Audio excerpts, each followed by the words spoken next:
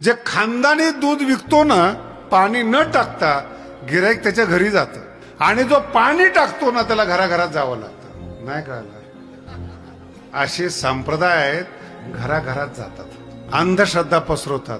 मी बरेच संप्रदाय पाहिले, बायांनाच पहिले ताब्यात घेतात ते, आणि असं सांगतात आमच्याकडे या, तुमचं पाप नष्ट होईल, असं होईल. बाई एकदा बिघडली ना, तुमचं काही चालत नाही हो.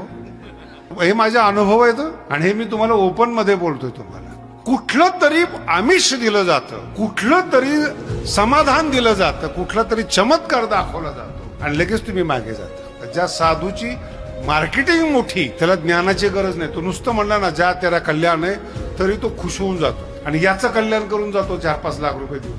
तो जातो, पण याला श्रीमंत करून जातो. माझा अर्थ लक्षात ठेव, पडू नका. अनेक नका पडू गबाळाचे, पुढे आहे थोरी नागवण. ज्ञान वेळेवर झालं पाहिजे.